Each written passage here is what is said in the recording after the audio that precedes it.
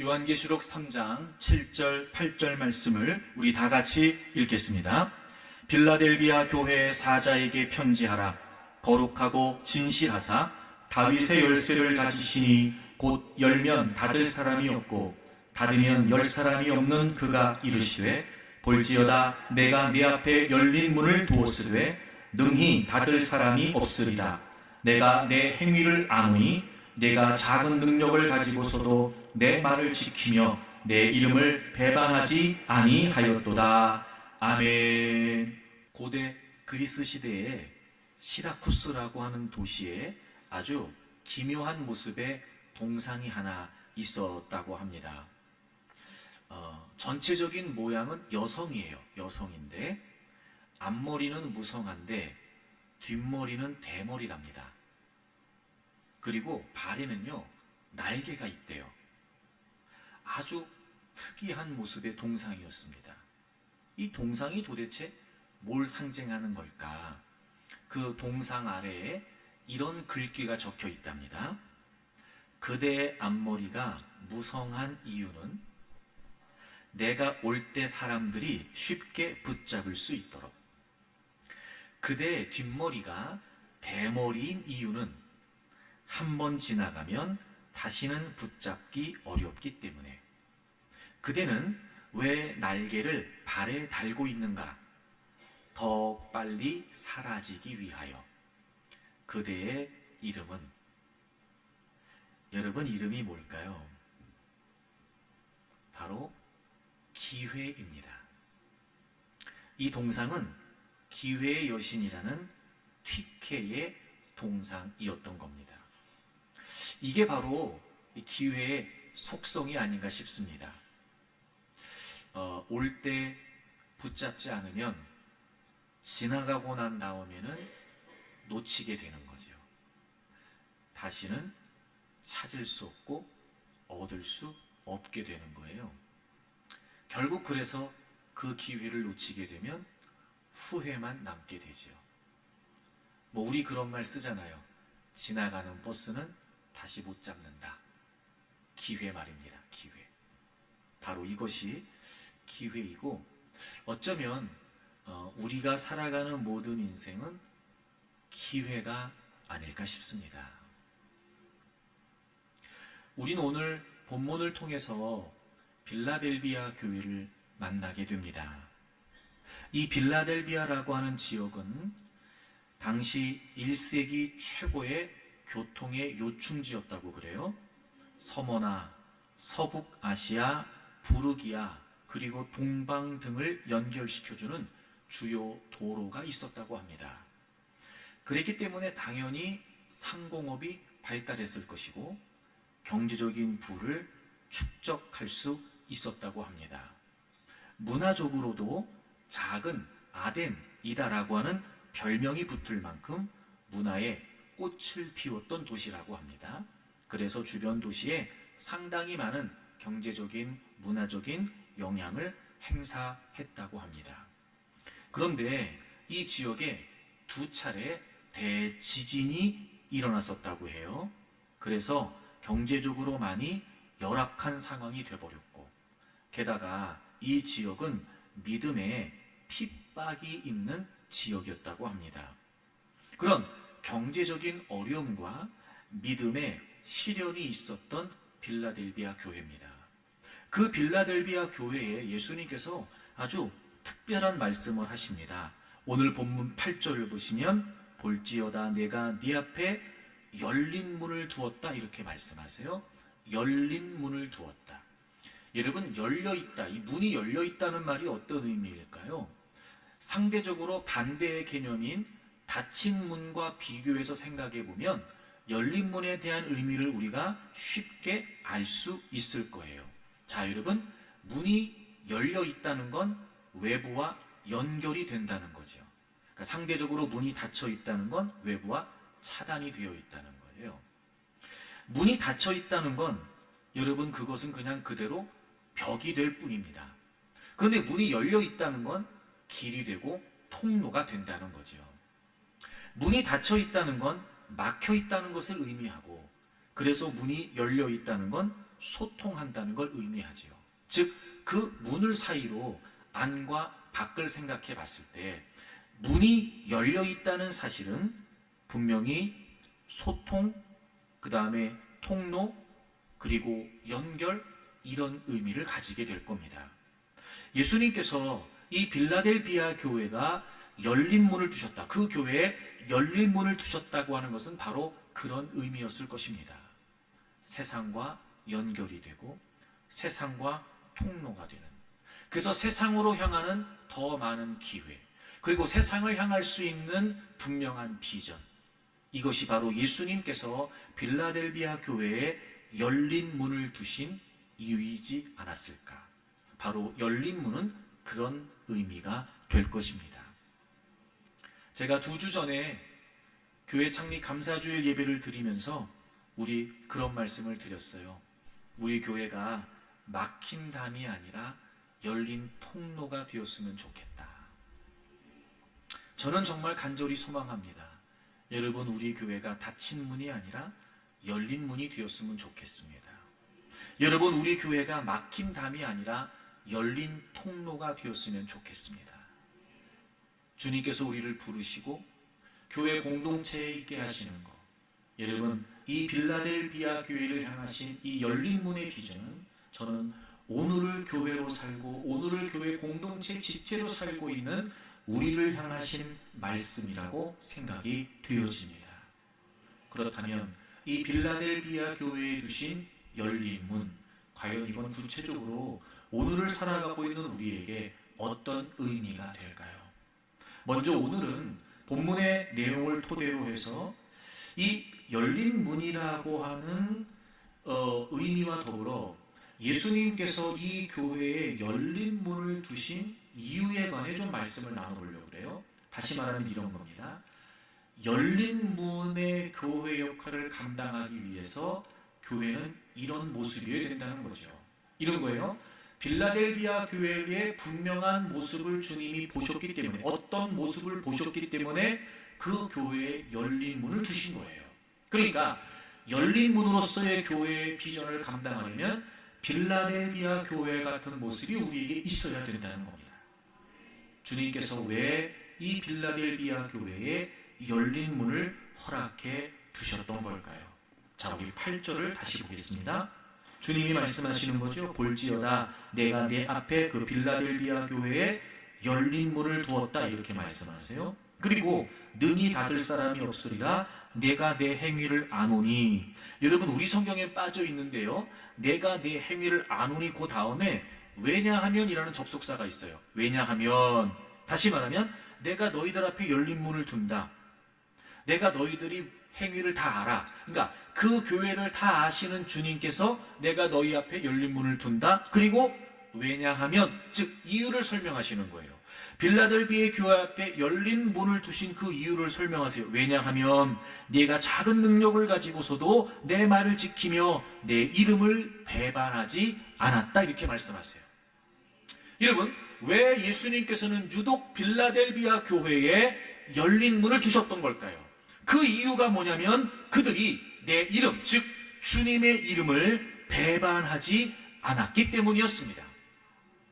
여기서 배반한다는 말은 무슨 말이냐면 부인한다, 그리고 부정한다, 이런 뜻을 가지고 있습니다. 즉 빌라델비아 교회는 예수님의 이름을 부인하지 않았다는 거예요. 예수님의 이름을 부정하지 않았다는 거예요. 여러분, 이 문장의 시제가 부정과거 시제인데 이건 어떨 때 이런 표현을 쓰냐면 과거에 있었던 사건에 대한 그 특정한 행위를 강조하는 거예요. 다시 말하면 이런 의미가 되겠죠. 분명히 이 빌라델비아 교회에 어떤 일이 있었어요. 어떤 상황이 주어졌어요. 근데 그때 그들이 예수님의 이름을 부인하지 않았다는 거예요. 그 사실을 강조하는 거죠. 이런 거 아닐까요? 그 상황 자체가 주님을 부인하지 않을 수 없는 상황이었던 거예요. 주님을 부인할 수밖에 없는 그런 형편이 있었던 거죠. 그런데 그럼에도 불구하고 이 빌라델비아 교회는 주님의 이름을 부인하지 않았던 거예요. 바로 그 사실을 강조하는 표현인 거예요. 그러니까 어떤 상황이 있었는지는 모르지만 그 형편에도 불구하고 빌라델비아 교회는 주님의 이름을 부인하지 않았다는 거예요. 여러분, 교회가 열린 문을 갖는 건 굉장히 중요하죠. 열린 비전, 열린 통로, 너무 중요합니다. 그런데 잊지 말아야 됩니다. 도대체 그 열린 문의 이유가 뭐냔 말이에요. 왜 열려 있어야 되고, 왜 소통해야 되고, 왜 연결해야 되냐 말이에요. 그건 바로 예수 그리스도세요. 그러므로 예수님께서 빌라델비아 교회에 열린 문을 주신 이유는 뭐냐면, 그럼에도 불구하고 그 교회는 어떤 상황에서도 예수님의 이름을 부인하지 않았기 때문에, 그 모습 때문에 주님은 빌라델비아 교회에 열린 문을 두셨던 거예요. 9절에 보시면 그게 어떤 상황이었는지를 우리가 좀 짐작해 볼 수 있습니다. 9절, 보라 사탄의 회당 곧 자칭 유대인이라 하나. 사탄의 회당, 이건 사탄의 무리 혹은 사탄의 모임이라는 뜻이에요. 그 지역에 사탄의 무리들이 있었던 거예요. 그게 뭐였어요? 곧 자칭 유대인이라고 하는 사람들.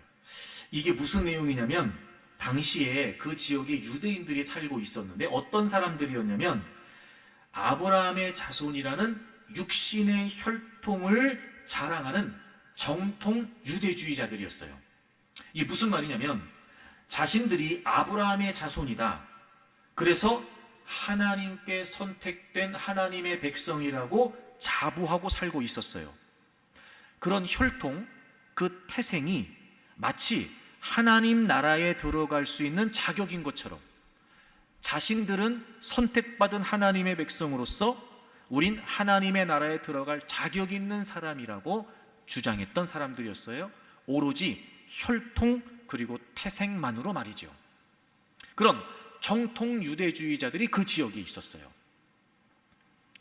여러분, 그런데요, 주님이 그들에 관해 뭐라고 말씀하시냐면 9절을 보세요. 보라 사탄의 회당 곧 자칭 유대인이라 하나 그렇지 않다.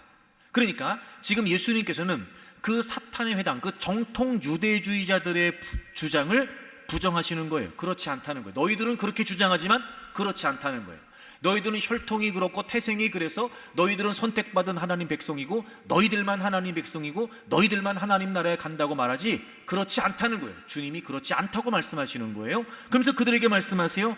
거짓말하는 자들이다. 너희는 거짓말하는 자들이다. 여러분, 여기서 거짓말한다는 말은요, 계속해서 거짓말한다는 말이에요. 이게 무슨 의미일까, 여러분? 이게 무슨 의미일까?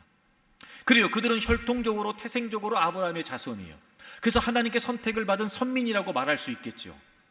그런데 마치 그것이 하나님의 백성이 되는 자격인 양, 그것이 그래서 자신들만 하나님 나라에 들어갈 수 있는 사람인 양 자신들은 그렇게 자부하고 있었어요. 하지만 주님은 그렇지 않다는 거예요. 왜 그러겠어요? 여러분, 그럼에도 불구하고 이들은 예수님이 그리스도라고 하는 사실을 인정하지 않는 자들이었어요. 예수님을 메시아라고 인정하고 고백하고 믿는 사람들이 아니었어요. 그래서 주님 말씀하시는 거예요. 그렇지 않다는 거예요. 당연하잖아요, 여러분.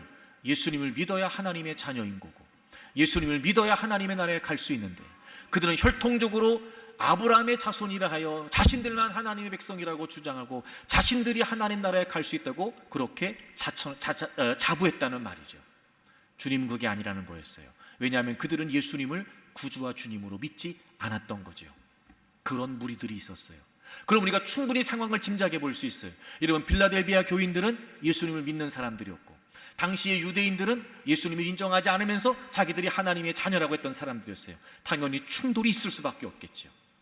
이 정통 유대주의자들이 이 빌라델비아 교회를 몹시 핍박하고 괴롭혔던 거예요. 그런데 그럼에도 불구하고 그들은 아니라는 거지요. 예수님이 유일한 구주이시고 예수님이 메시아이시고 예수님이 구원자라고 하는 사실을 그들은 부인하지 않았던 거예요. 그런 핍박, 그런 시련, 그런 어려움이 있었음에도 불구하고 결코 타협하지 않고 오직 예수 그리스도만이 유일한 구주이시고 그분이 메시아이시라고 하는 그 믿음과 신앙을 포기하지 않았던 겁니다. 주님이 그들을 향해 말씀하세요. 내 이름을 부인하지 않았다. 내 이름을 부인하지 않았다.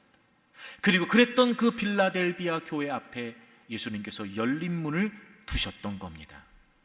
예수님께서 메시아라고 하는 사실을 부정하면서 예수님을 따르는 그들을 핍박하는 유대인들이 있었으나 그럼에도 불구하고 그 모든 것들을 감내하고 그 모든 것들을 견뎌내면서 예수님을 믿고 따랐던 이 빌라델비아 교회, 그 무엇과도 예수님을 바꾸지 않았고 그 어떤 상황에서도 예수님을 부인하지 않았던 그 빌라델비아 교회, 예수님을 그리스도로 인정하고 예수님을 구세주로 믿고 선포하면서 신앙을 지켰던 그 빌라델비아 교회, 여러분, 예수님께서는 바로 그 교회에 열린 문을 두셨던 겁니다.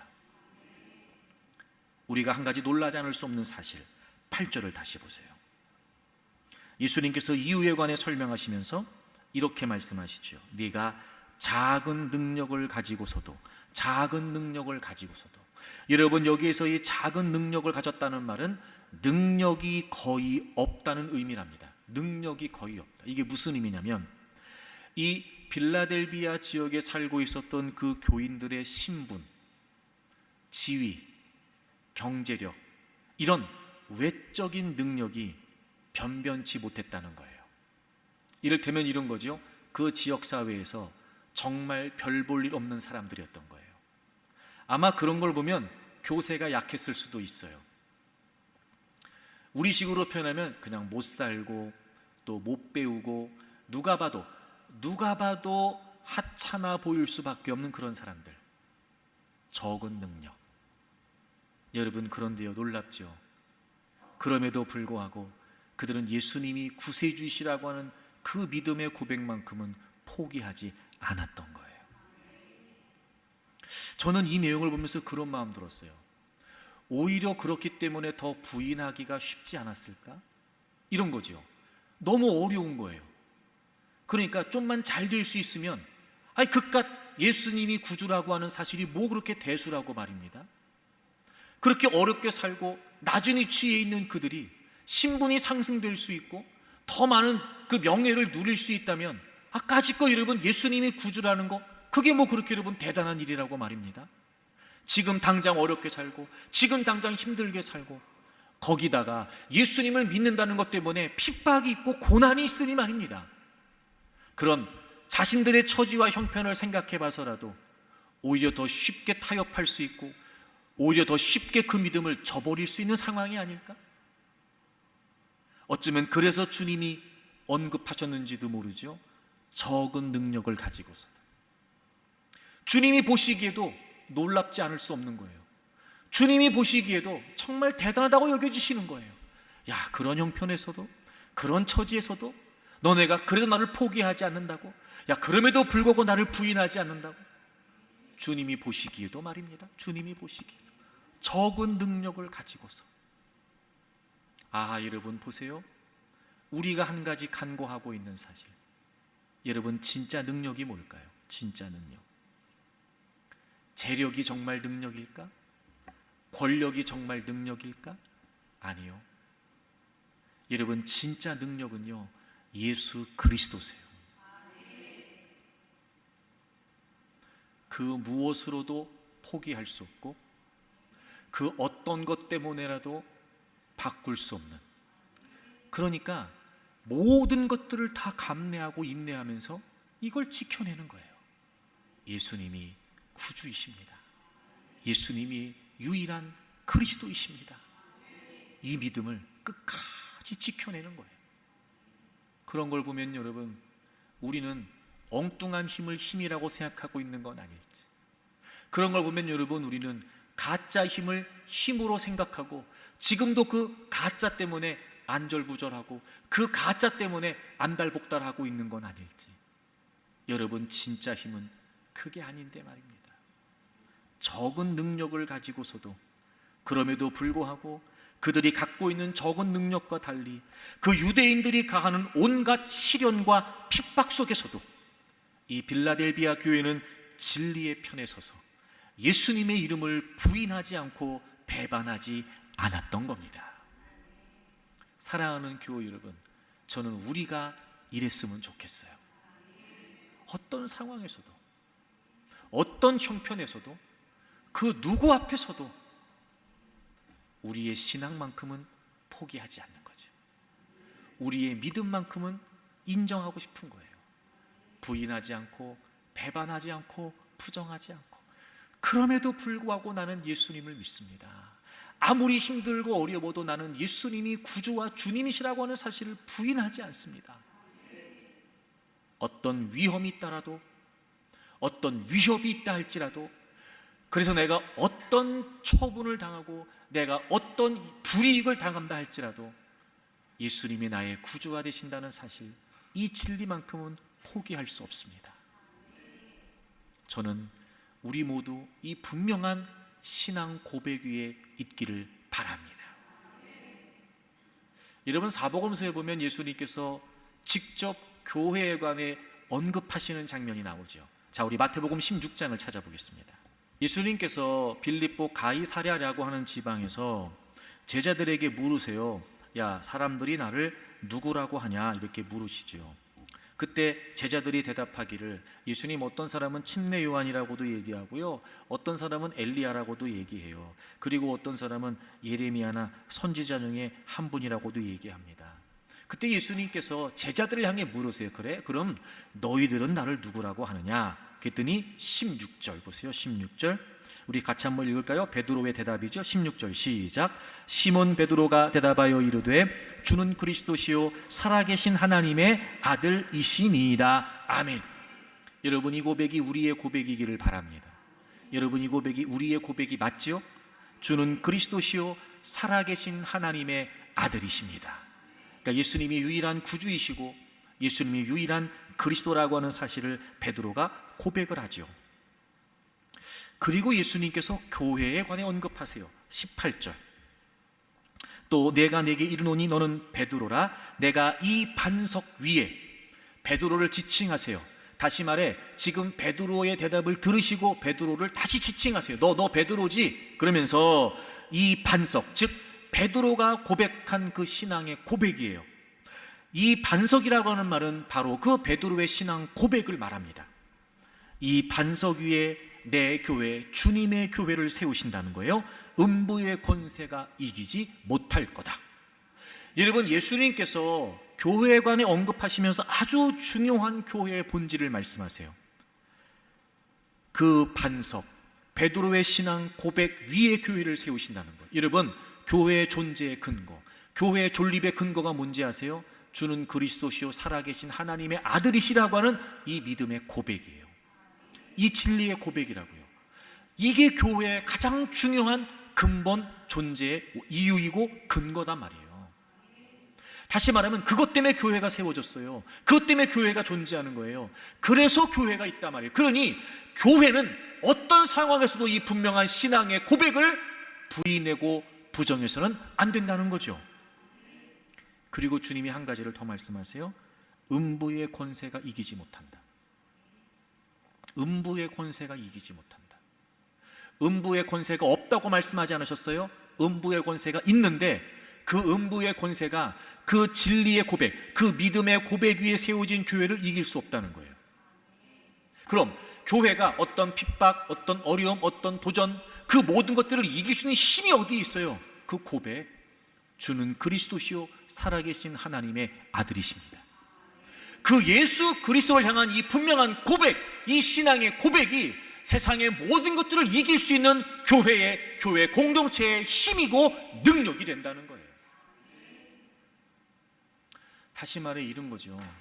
여러분, 우리는요 다 잃어버려도 이건 잃어버리면 안 돼요. 여러분, 우리는 다 포기해도요 이건 포기하면 안 돼요. 이를테면 이런 거예요. 목에 칼이 들어와도, 목에 칼이 들어와도, 사실 이런 말이 굉장히 비장한 말인데 요즘은 이렇게까지 비장하게 살지 않아요. 우리가 드라마에서나 보고 영화에서나 보지. 하지만 여러분, 우리 신앙의 선진들은 어땠는지 아세요? 옛날에 막 그런 거 써 있었어요. 교회 가면 결사가고 막 이런 거, 막 그런 거 써 있었어요. 옛날에. 그러니까 쉽게 말하면 목숨 걸고 믿는 애, 목숨 걸고. 근데 이런 얘기해도 감흥도 없어. 감흥도 없고 막 목숨을 걸라고 그래도 뭘 그렇게까지 믿습니까? 그냥 적당히 이렇게 교회 왔다 갔다 하면 되고 그냥 대충 그렇게 하면 되지 뭘 자꾸 우리 그런다니까요. 그러니까 정말 우리의 신앙의 진정성, 정말 우리의 신앙의 진지함을 다 잃어버렸어요. 다 잃어버렸어요. 그리고 우리는 돈에 진지해요. 돈에 진지합니다. 죄송합니다. 이런 표현을 써서 눈이 뒤집힙니다. 우리는. 네. 이게 뭐가 잘못된 거 아니에요? 여러분, 교회된 우리의 진짜 힘, 세상을 이길 수 있고 세상을 감당할 수 있고 세상을 돌파할 수 있는 진짜 교회된 우리의 힘, 교회 공동체된 우리의 힘, 바로 이 고백 말입니다. 결코 음부의 권세가 이길 수 없는, 도전할 수 있고 공격할 수 있고 핍박할 수 있으나 결코 교회 공동체를 무너뜨릴 수 없고 결코 교회된 우리를 허물어뜨릴 수 없는 진짜 힘, 주는 그리스도시요 살아계신 하나님의 아들이십니다. 이 신앙 고백, 그러니까 이런 거예요. 진짜 내가 예수님을 나의 구주와 주님으로 믿는다면 이 신앙 고백이 곧 나예요. 네? 내가 곧 이 신앙 고백이라고요. 그럼 여러분, 내가 그 무엇과 나를 바꿀 수 있으며 그 어떤 것이 나 자신에게 나보다 더 소중할 수 있겠습니까? 그러니까 여기에 목숨을 거는 거예요. 빌라델비아 교회가 그랬단 말이에요. 그러니까 주님이 보시기에 그들의 믿음을 인정하실 만했고 그들의 모든 모습을 다 알고 계시는 주님이신데 그들이 그럼에도 불구하고 그 신앙 고백 하나 때문에 모든 핍박을 이겨내는 걸 보시면서 그 교회에 열린 문을 두신 거예요. 자, 보세요. 그러면 열려 있다는 건 너무나 중요해요. 그렇죠, 여러분? 그건 중요해요. 근데 열려 있으려면 뭐가 확실해야 돼요? 예수 그리스도가 확실해야 돼요. 열려 있다는 건, 통로가 된다는 건, 그래서 연결이 된다는 거, 소통이 된다는 건 예수 그리스도가 구주와 주님이시라고 하는 이 믿음의 고백을 허물어뜨리라는 게 아니에요. 이걸 변질시키라는 게 아니에요. 이걸 덮어두라는 게 아니에요. 이것 때문에 열려 있는 거란 말이에요. 이것 때문에 소통이 돼야 되고 이것 때문에 통로가 돼야 되는 거란 말이에요. 다 내줄 수 있고 다 양보해 줄 수 있고 다 타협해 줄 수 있어요. 왜? 우린 열려 있어야 되니까요. 하지만 결코 타협할 수 없는, 결코 양보할 수 없는 그 열린 문의 이유, 예수님이 구주이시고 그리스도라는 사실이에요. 어쩌면 그래서 예수님께서는 이 교회에 열린 문을 두셨는지도 모르죠. 그리고 저는 이 말씀을 보면서 우리 교회가 열린 통로가 되기를 원하는 그런 마음으로 이 말씀을 보면서 우리에게 먼저 중요한 것이 이 진리를 확고히 하는 것이다, 제가 이런 마음이 들었어요. 그리고 이 시대의 상황은 지금 우리 시대의 상황과 너무나 흡사합니다. 여러분, 예수님이 나의 구주와 주님이시라는 사실이 왜 중요하죠? 다시 말하면 여러분, 우리가 왜 예수님을 믿어야 되는 거죠? 아니, 질문을 바꿔서 왜 예수님을 유일한 구주로 우리가 믿어야 되는 거예요? 왜 이걸 타협하면 안 되는 겁니까? 왜 이걸 여러분 우리가 부인하면 안 되는 거죠? 다른 건 몰라도 왜 이것만큼도 양보하면 안 되는 겁니까? 예수님께서 우리를 위해 이루신 일이 있잖아요. 예수님만이 하신 그 일, 그러므로 예수님만을 믿어야 이루어지는 이 복음의 은혜가 있잖아요. 그게 타협이 안 되는 거예요. 자, 골로새서 1장을 찾겠습니다. 21절부터 볼까요, 여러분? 전에 악한 행실로 멀리 떠나 마음으로 원수가 되었던 너희를. 여러분, 예수님 이전의 우리의 삶, 예수님 이전의 우리의 상태, 우리가 예수님을 알고 예수님을 믿기 이전에 우리는 어땠어요? 우리의 죄 때문에 하나님으로부터 멀리 떠나서 하나님과 원수가 되어 있었어요. 즉, 우리는 하나님과의 관계가 완벽히 차단되어 있었어요. 완벽히 끊어져 있었어요. 그리고 이건 영원한 단절이었어요. 왜냐하면 우리 편에서 우리의 죄를 해결할 수 없었기 때문이에요. 그게 우리의 모습이었어요. 이게 우리 모든 인류의 모습이었단 말이에요. 그런데 22절, 이제는 예수 그리스도 이후 이제는 그의 육체의 죽음으로 말미암아, 여러분 이게 중요하죠? 실제로 하나님이신 예수님이 육신을 입고 이 땅에 오셨단 말이에요. 왜? 우리의 죄를 위해 실제로 죽으시기 위함이었어요. 제물이 필요했거든요. 그 우리의 죄를 다 짊어지고 갈 제물, 희생 제물이 필요했단 말이에요. 대속의 제물이 필요했단 말이죠.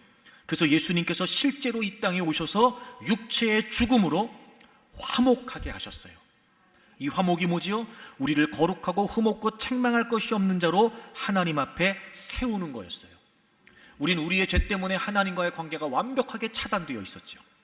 그런데 그 우리의 죄의 문제를 예수님께서 육체의 죽음으로 말미암아 해결해 주셨고, 우리가 그것을 믿음으로 의롭다 하심을 받아서 이제 우리 어떤 공로나 우리의 어떤 자격이 있어서가 아니라 예수 그리스도를 믿는 그 믿음 때문에 우린 의롭다 하심을 받았고, 이제 우리가 하나님 앞에 나아가 그분과 깨어진 관계가 다시 회복될 수 있었단 말이에요. 여러분, 우리 인류에게 가장 큰 문제가 뭘까? 모든 인간에게서 가장 큰, 가장 중요한, 그리고 가장 첫째로 해결해야 될 문제가 뭘까? 죄입니다. 죄의 결과인 사망, 영적인 사망, 육적인 사망, 영원한 사망. 여러분, 아무리 소리치고 살아도, 아무리 많은 걸 가지고 있다고 해도, 아무리 여러분 높은 위치에 있다고 해도, 아무리 모든 사람을 호령할 만한 위치에 있다 해도 결코 그 누구도 자기 자신 스스로 자신의 죄를 해결할 수 없습니다. 다시 말해, 하나님과 완벽하게 단절된 이 관계를 그 어떤 누구도 자신의 그 무엇으로도 해결할 수 없습니다. 가장 중요한 문제예요. 반드시 풀어야 될 문제입니다. 근데 이걸 누가 해결해 주셨어요? 예수님께서 해결해 주셨어요. 유일하십니다. 오직 딱 한 분, 그분이 우리의 죄를 다 짊어지셨어요. 다시 말하면 예수 그리스도가 아니면 결코 하나님과의 관계는 회복할 수 없습니다. 예수 그리스도가 아니면 사망에서 생명으로 옮겨올 수 없습니다. 예수 그리스도가 아니면 이 영원한 멸망과 저주에서 우리를 구원할 수 있는 것은 없습니다. 그러니까 이건 타협이 안 되는 거예요. 그러니까 이건 양보할 수 없는 겁니다. 우리가 열려있는 이유가 뭐예요? 이것 때문이에요. 이것 때문이에요. 그런데 오늘날 우리가 살고 있는 이 시대가 그렇습니다. 이제는요, 어느 정도로 우리 기독교가 도전을 받고 있냐면, 우리가 우리를 우리 종교, 우리 기독교라고 말하고 대부분 다른 종교를 타 종교라고 말하잖아요. 이제는 그것도 꼬투리를 잡아요. 타 종교라고 말하지 말라는 거예요. 대신 이웃 종교라고 말하라는 거예요. 여러분이 뉘앙스를 느끼세요 지금? 이런 거죠. 우리가 기독교가 우리를 종교라고 말하고 나머지 종교를 타 종교라고 말하는 건 종교가 아니다라고 하는 의미를 담고 있잖아요. 우리가 진짜다. 근데 이제 그러지 말고 이웃 종교라고 하래요. 그러니까 이게 무슨 말이에요? 우리만 종교가 아니라 니네도 종교라는 거예요. 그걸 인정하자는 거예요. 이웃 종교. 이야, 여러분, 이 절대적인 가치와 진리를 부정하는 포스트 모더니즘의 상대주의 때문에 지금은 종교 다원주의 시대가 돼버렸어요. 그러면서 점점 많은 비판이 기독교에게 집중됩니다. 특히나 바로 이 문제 때문에, 이 진리의 문제 때문에. 그래서 기독교가 독선적이다, 그래서 기독교가 배타적이다, 왜 타협을 안 하냐, 왜 함께 하지 않냐, 자꾸 그렇게 비판합니다. 그런데 한 번 더 생각해 보면 이것처럼 무식한 비판이 없습니다. 자, 보세요 여러분, 잘 들으세요. 지금부터 눈을 뜨고 들으셔야 돼요. 물론 지금까지도 중요했지만 이것도 되게 중요하니까. 이런 우리의 진리에 대한 비판에 좀 반박할 수 있는 논리를 제가 여러분에게 지금 설명하려고 그러는 거예요. 자, 여러분 보세요. 모든 사람들은 다 인정합니다. 진짜 종교라면 진리가 있어야 된다. 그렇죠? 진리가 있어야 그게 진짜 종교인 거예요. 그렇죠? 그러니까 모든 사람은 다 인정해요. 아, 진리가 있으면 그 종교는 진짜 종교라는 거죠. 그렇다면 반대로 과연 어떤 종교가 참으로 진리를 소유했는가를 우리가 따져봐야 돼요. 그러니까 다 종교라고 말하면 안 돼요. 왜? 진리가 있어야 종교니까. 자, 그러면 여러분, 이 진리에 관해 한번 생각해 볼까요? 진리가 뭘까? 진리가 뭘까? 잘 들어보세요. 여러분, 진리는요, 모호하지 않고 분명합니다. 이게 무슨 말이냐면, 진리는 어떤 명제, 그 실제가 실제 세계와 일치해야 돼요. 이게 진리예요. 이건 보편 타당해요. 예를 들면 이런 거죠. 1 더하기 1은 2다. 3 곱하기 3은 9다. 이런 진실은 확실한 진리입니다. 이건 우리나라에서만이 아니에요. 전 세계적으로 다 인정하는 진실이죠. 1 더하기 1이 2인데 누군가 무슨 소리입니까? 1 더하기 1은 3이에요. 나도 진리입니다. 넌센스예요. 무슨 말인지 아시죠, 여러분? 예를 들어 이런 것도 있죠. 대한민국은 삼면이 바다로 둘러싸여 있다. 이것도 진리죠. 자, 진리라는 게 뭐냐면 실제 세계의 그러함에 거짓 없이 부합이 돼야 그게 진리인 거예요. 그러니까 어떤 진술이나 주장이 실제 세계의 그러함과 일치할 때 그걸 진리라고 말해요. 그러니까 아무리 그럴듯해 보이고 아무리 멋져 보여도 그것이 실제 세계에 부합되거나 일치하지 않으면 그건 진리라고 말할 수 없지요. 그렇게 봤을 때 여러분, 진리의 문제는 내가 어떤 색을 좋아하고 어떤 색을 싫어하고 내가 어떤 음식을 좋아하고 어떤 음식을 싫어하느냐 같은 사람의 성향이나 취향의 문제가 아니에요. 분명히 진리의 문제는 무엇이 정답이냐의 문제예요. 정답.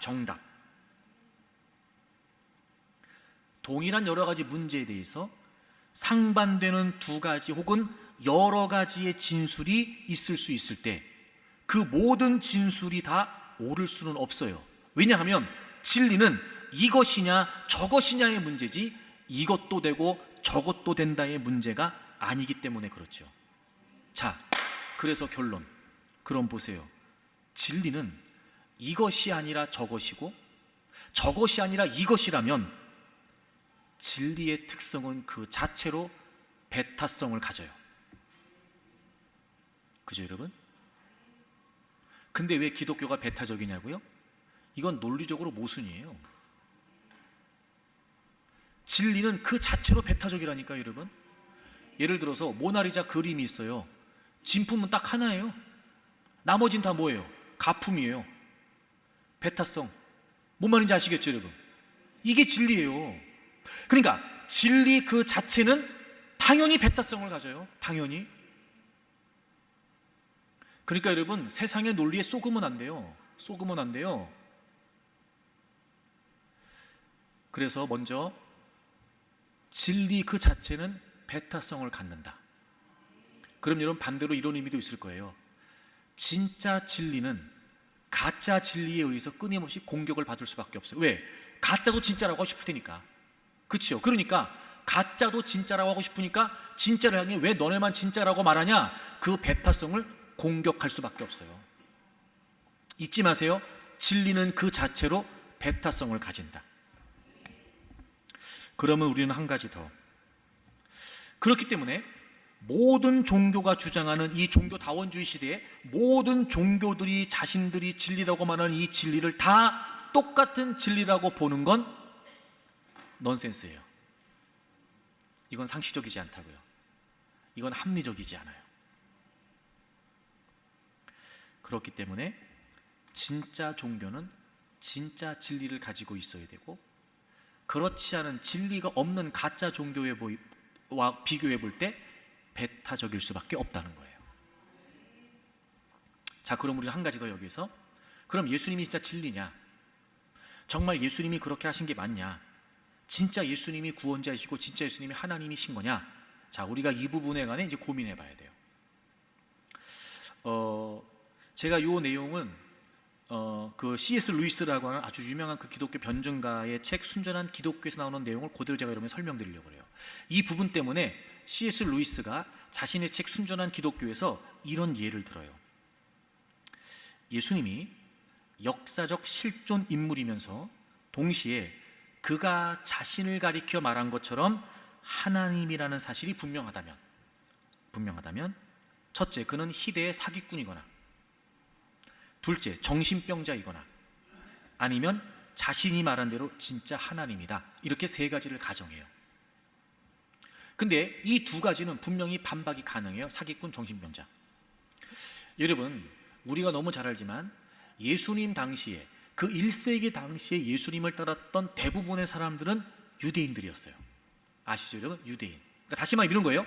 예수님이 정말 사기꾼이면 유대인들에게 사기를 친 거예요. 예수님이 뭐라고? 내가 하나님이라고. 그러니까 예수님이 정말 희대의 사기꾼이라면 지금 유대인들에게 사기를 치신 거예요. 근데 여러분, 유대인들은요, 이 하나님에 대한 생각이 너무 철저했던 사람들이었어요.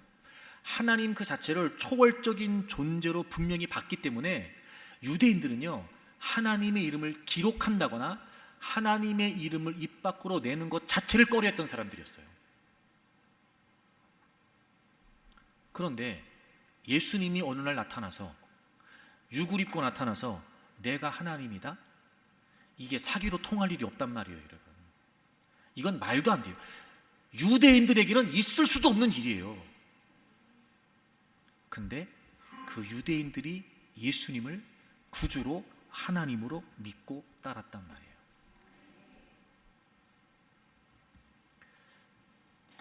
예수님이 사기꾼이거나 정신병자일 가능성이 없다는 건 또 하나 이유가 있어요. 지금 여러분, 전 세계적으로 역사적으로 예수님을 4대 성인 중에 한 사람으로 인정하죠. 그럼 여러분, 그렇게 건전한 상식과 교양을 갖춘 이 시대가 사기꾼이고 정신병자인 예수님을 4대 성인의 반열에 올렸다고요? 말이 안 되죠. 말이 안 돼요. 그럼 이제 한 가지만 분명해져요. 예수님은 진짜 자신이 말씀하신 대로 그리스도이시고 하나님이신 거예요.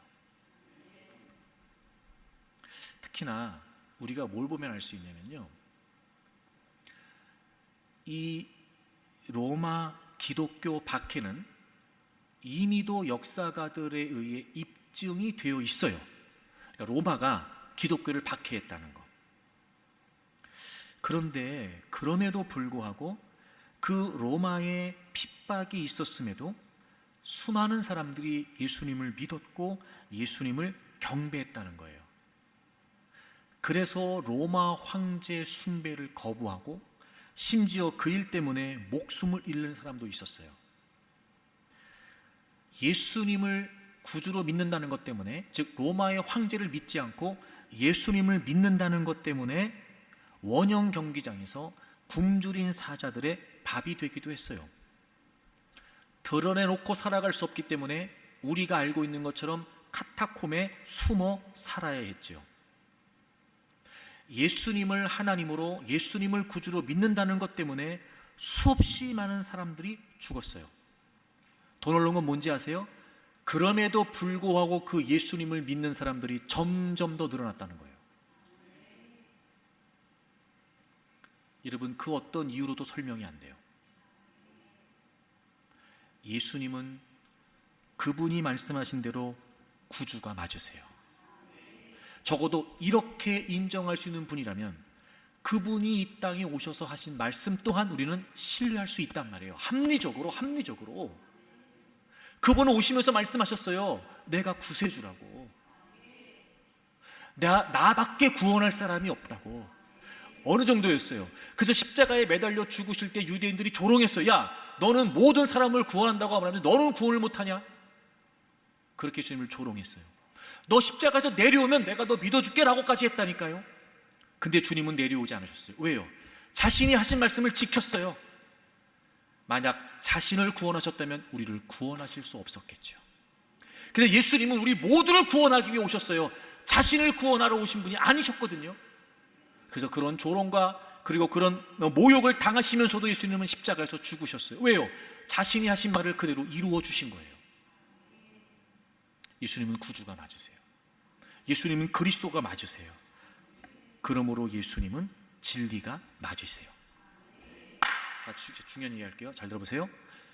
열린 문을 가진 교회가 가져야 될 아주 중요한 사상. 그렇다면 왜 이 시대가 예수님이 구주라고 하는 사실을, 예수님이 하나님이라고 하는 사실을, 우리 기독교가 믿고 있는 이 진리를 부정하는 걸까요? 그래야 구원의 문이 차단되거든요. 여러분, 이건 무시무시한 원수마귀의 계략이에요. 예수님을 부정해야 예수님의 역사성, 예수님의 신성, 예수님의 진리, 이걸 다 부정해야 죽어있는 영혼들이 살아날 수 있는 방법이 없어지거든요. 그러니까 점점 각양에 많은 방법으로 기독교를 공격하는 거예요. 그리고 많은 사람들로 하여금 기독교에 부정적인 생각을 갖게 하는 거예요. 물론 여러분, 우리가 다 잘한다는 건 아니죠. 부족한 모습도 있을 거예요. 지탄받아 마땅한 모습도 있을 겁니다. 하지만 그럼에도 불구하고 그건 우리 인간의 불완전 때문이지, 우리를 위해 죽으시고 부활하신 예수 그리스도가 부정될 수 없단 말이에요. 근데 점점 세상이, 아니 그 세상의 배후에 있는 원수마귀가 제때가 얼마 남지 않은 줄 알아서 이제 그 예수 그리스도의 진리를 부정하는 거예요. 왜요? 그래야 구원의 문이 차단되거든요. 그래야 그들을 향한 구원의 복음이 사라지거든요. 아하, 그래서 우리가 이걸 끝까지 지켜야 되는 거예요. 그래서 우리가 이걸 타협하지 않아야 되는 거예요. 무슨 수가 있어, 무슨 상황이 있어도, 무슨 문제가 있어도, 무슨 어려움이 있어도 예수님이 유일한 구주이시고 그분이 진리라고 하는 사실은 결코 타협할 수 없습니다. 그래서 우리는요, 열린 문이 되기 이전에, 즉 열린 통로, 열린 소통, 열린 문 이전에 나를 위해 죽으시고 부활하신 예수 그리스도가 누구신지에 관해 명확히 알아야 돼요. 그분이 최고이시고, 그분이 지존하신 분이시고, 그분이 가장 위대하고 아름다운 분이라고 하는 사실을 우리 스스로가 고백하고 확고히 해야 돼요. 모든 이름 위에 뛰어난 이름, 오직 그 이름밖에 없어요. 영광을 받으시기에, 찬양을 받으시기에, 경배를 받으시기에 합당한 이름, 예수 그리스도. 근데 점점 우리 안에서도 이 예수 그리스도에 대한 이 존귀함이, 이 소중함이, 이 아름다움이 점점 사라져가고 있는 겁니다. 예수님은 중요하지 않아요.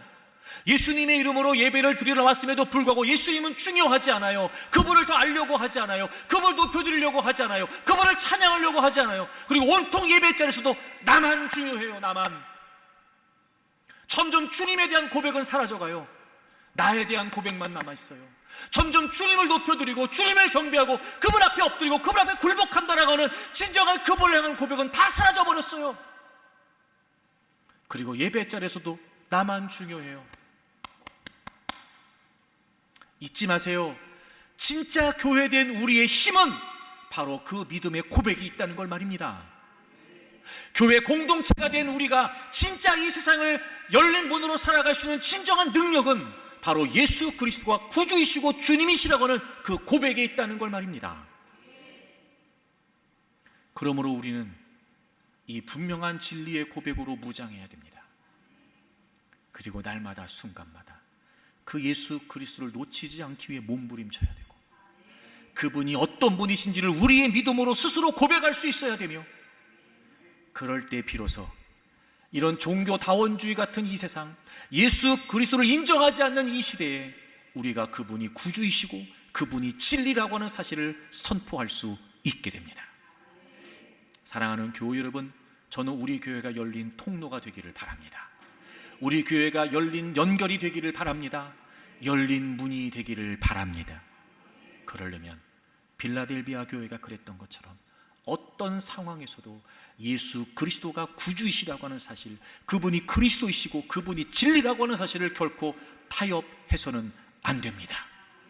이 믿음의 고백이 우리에게 분명하기를 바랍니다. 이 진리를 사수하고자 하는 의지와 결단이 있기를 바랍니다. 그리고 끊임없이 그 예수 그리스도가 진리라고 하는 사실을 믿음으로 담대하게 선포할 수 있는 저와 여러분들이 되기를